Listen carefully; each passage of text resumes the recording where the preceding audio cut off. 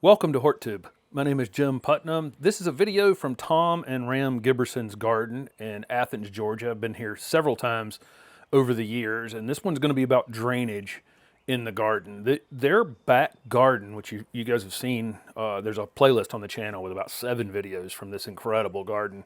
It's got multiple waterfalls, and it's just an absolutely incredible place. If you haven't seen those, I'll link that playlist down below this video so you can go back and take a look. Here's one of the beautiful fountains. But this back garden is way lower than their front garden. Their property actually falls off quite a bit. And one of the challenges that they faced putting in this garden initially was water, running through this property and how to handle it. But for a really high level gardener like Ram, she understands that you have to get this water down in the ground. You don't really, if you move it off the property really, really quickly, it causes your neighbor a problem, or it causes, other issues, washouts and that kind of thing. So what she's done is she's controlled it, and we're going to see that in this video. There's going to be a couple pauses along the way in this video. There's nothing wrong with what you're watching. I just had to stretch out the video a bit so I could talk about it. This is a spot, kind of a level spot, but there's a whole floor of the house here below the where the driveway grade is. These are Tamukiyama Japanese maples. I figure people might ask. I'm guessing they're Tamukiyama. They look like my Tamukiyama that I have. There's a lot of these red weeping Japanese maples, but those are quite beautiful. So there's a whole floor on this house down below the driveway, and when we go down this sidewalk, where we're going to in a minute, you'll see how she's controlled this water pouring off the top of the property. I just spun around here real quick just to show you. This is the only turf area in the back garden, and it's not really turf. These are just mowed down weeds. She's not putting any chemicals out here, growing, trying to grow a monoculture type lawn. But there is a place just to kind of rest your eye. That little alcove. I want you to look at how this place is layered down. You'll have the ground covers, and then the middle-sized evergreen shrubs, some deciduous shrubs, and then trees that have been limbed up, ornamental trees, and then even taller than that, shade trees out here. As we move around this sidewalk, you'll start to see, how high up the driveway is up there, where that rail is. There's very large boulders all over this area, and they're meant to slow this water down. They're very decorative in the garden. There's plants all around them, but they have a function here to get this water slowed down and hopefully get it down in the ground. There's a third Japanese maple, and as we come around here, you'll see that there's basically a dry creek bed with probably as much as a 10-foot drop down to this sidewalk. And what she's done is use river rocks and gravel and larger boulders and all kinds of interesting things together. This water comes down off this driveway pretty quickly. And so it looks just like a dry creek bed most of the time, but when it's raining hard, there's water coming down this. And so all of these things are meant to divert it, move it around left, right, get it to maybe soak in the ground a little bit, but mostly just control it coming down this bank. And then any place where she's collecting water like this, you'll see back out at the sidewalk, that's a Harry Lauder's walking stick. I went up there and froze on this just so I might get a question on that one. Contorted, very large growing shrub or small tree, we could call that. But down here at the sidewalk, there's a little wall basically there to stop this water and let some of it go down in the ground. Of course, she put something like a Japanese painted fern right in the middle of those rocks just to make everything more interesting. So it's just, even a dry creek bed becomes interesting when you're doing things like that. But you see where she's stopping that water a bit and letting some of it soak in the ground, and then some of it will overrun that. And that's the way this works. She's slowing it down several times to try to get it into the ground.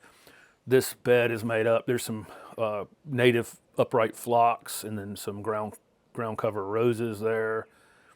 There's always something down at the ground, always something up above. You'll see the sidewalk change several times. It's concrete, and then it's stone, and then it's other materials as you go down. The paths always change as you're moving throughout this garden. And that juniper on the right is Percumbens nana juniper, or it's a ground cover juniper. A lot of bonsai folks use that particular juniper because it's grows in a really unique way.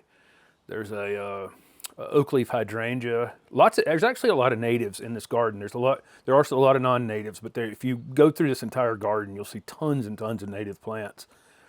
There are, again, just layers of ferns and low-growing shrubs, roses, ground covers. There's some evergreen shrubs right back there. And so pretty much anywhere you're standing here, everything's layered up from the sidewalk going up, up, up, up, up to the, ornamental trees and shade trees as well back here. And then you'll get a line of sight like where that swing is in the back right there. That's, every path in here has something at the end of it, that's decorative like that. As we continue to move down this path, you can just see how full it is. But this is a drainage work. There's water coming off this hill. All of these ground covers, shrubs, perennials are all slowing this water down, hopefully getting some of the water down in the ground. There's a beautiful rhododendron up at the top, an azalea blooming, roses blooming up there. When those things are done, there's other things that will come into bloom. Up above that, the entryway up from the driveway, we'll go up there in a minute, has climbing rose up on the top of it, and it's up in a lot of sunlight up in the driveway, so that rose is very, very happy. And we'll go up there and get a view down into this in just a minute. So again, the combination of greens, flowers, variegations, gold plants, all of these things together are quite beautiful. And again, they're all performing a function here. You don't really know, but they're slowing water down that was flooding this back garden area, and there's various rocks and boulders in here that are helping with that. This is a variegated boxwood. This is Buxus sempervirens variegata. We have a couple of these that we've turned into topiaries here in this garden. Just a great plant to work with, tough as nails. There's one on that side, and then there's one on the left as well. Just a bright little showy evergreen piece, and of course they're hardy for most people watching, so it's an evergreen thing if other things are going to sleep. In the wintertime, there's a little bridge we're walking up on here that is about 12 inches up. Those are all hellebores planted in these rocks. This is another drainage place coming down from the driveway. We won't be able to see this one as well as we saw the other one because there's an oak leaf hydrangea up a little bit from this that's covering up the boulders. You can see a couple of the boulders underneath, but this is another line of a dry creek bed heading up to the driveway up there.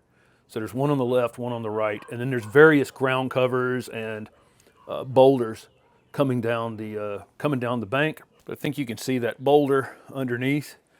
And then this is the bridge that I was talking about. It's raised up about 12 inches high, and the water can just run directly under it and come out on the other side, and right on the other side of it. And again, this is that transition, concrete to brick to boards to stone on the other side of it. Again, just always something happening here. These are the boulders that are on the other side of the bridge where the water comes underneath, and then there's various ground covers, another one of the Japanese maples planted down here. Again, they might not all be Tamukiyamas. There's a lot of these weeping red Japanese maples, and I'm trying to identify them years later. Again, here's the boulders, ground cover, all different types of various ground covers. Some are grasses, some are flowering perennials, some are just here for a pop of gold color.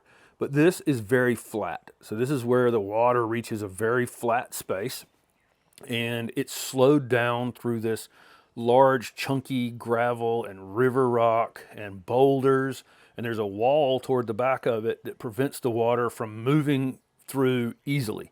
And so basically we're just slowing it down, allowing it to seep into the ground and become storage for our plants, and of course to get water back down in the ground where it belongs and where it would have been if this was just a natural wooded space. The water would just seep down in the ground. So she's recreating that ability for this water to just be slowed down multiple times. So it's being slowed down coming off the driveway through the boulders and gravel, goes under this little bridge, and then here's a very flat space. There's never any water standing here. It drops down very quickly after a rain. But you'd have to have quite a bit of water in there for it to jump the wall, but it can jump the wall. if you get the right amount of water. And then a little further down the path, we'll see.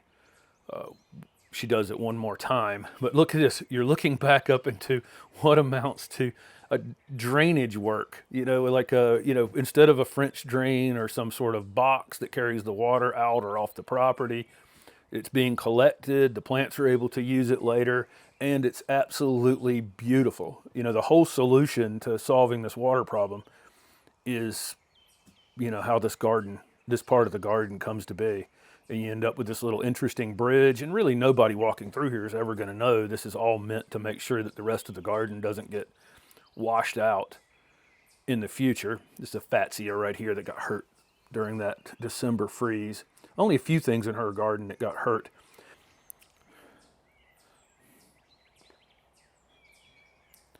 This side is just moss and loose stone. There was a tree that came down during the wintertime or got damaged by a windstorm, and they took it the rest of the way down. And of course, she's turned that into art as well. There's things sitting on it. We'll see another piece of this tree. She's using it throughout the garden for various things. But this water can make it through this space, if it can make it through all these ground covers and all these shrubs and all the rock we've already seen and all the diversion we've already seen, and it makes it to this spot. This is on the back of a fountain that she has, or a waterfall that she has, and you can see some recent work with this one where the stones haven't been dirtied yet. But this is another spot that the water can come to and be captured and then get into the ground. Not as much water is making it this far, but there's multiple places where the water can be captured. And again, if you get it down in the ground there, your plants can use it later, or it helps fill the water table up for people who maybe have wells near you, or this is the way water is supposed to operate. It's supposed to go down in the ground and then move over to the river or stream or creek that way, not across the top of the ground. This is the other side of what you were just looking at. This is the waterfall feature. And so as you're coming around this, you would never know that this is, that she's been controlling water to this point to try to keep any of this stuff from getting washed out. And actually a little further down, there's another spot with some rock as well. And we were way down below where we started looking at this point. So the terrain continues to fall down. So I want to just go up these steps real quick and let's take a look down at it. And you can see how high up this driveway actually is. And they're collecting water on, a very wide driveway, plus the roof, plus, anything that falls, any rain that falls in his front garden that might want to not sink into the ground. There's another piece of that tree. She's set right there. I'm sure there'll be some sort of piece of garden art sitting on it at some point, or a container plant. This is a beautiful path coming down here, and then we get up to this trellis. This is what has the rose up on top of it, and there's that rhododendron. And if I spin you around, you'll see down over this. You're not going to be able to tell that much from this view how much of a drop that actually is, but the drop from there down the hill, under that little bridge, through that first little drop off, that first little water holding area, and then the second water holding area, we are way up above it. And by that point, all that water's down in the ground. Beautiful combination. There's an akuba there, has a broadleaf, and then the broadleaf of that rhododendron. You'll get a Japanese holly right there. Just interesting plants. And this little spot here is the first little dry creek area I showed you, a little creek bed that I showed you. That's where the water goes down off that one side, and then there's the same thing on the other side, and then it all gets collected in various stations to hopefully reserve it for the plants that are in this garden, and again, recharging the aquifers as well, rather than it being someone else's problem. It'd just be the next neighbor down the street's problem. So there you go. Thank you guys for watching. I've got a video coming up from this garden, same type of video, talking through the various plants and these beautiful waterfalls.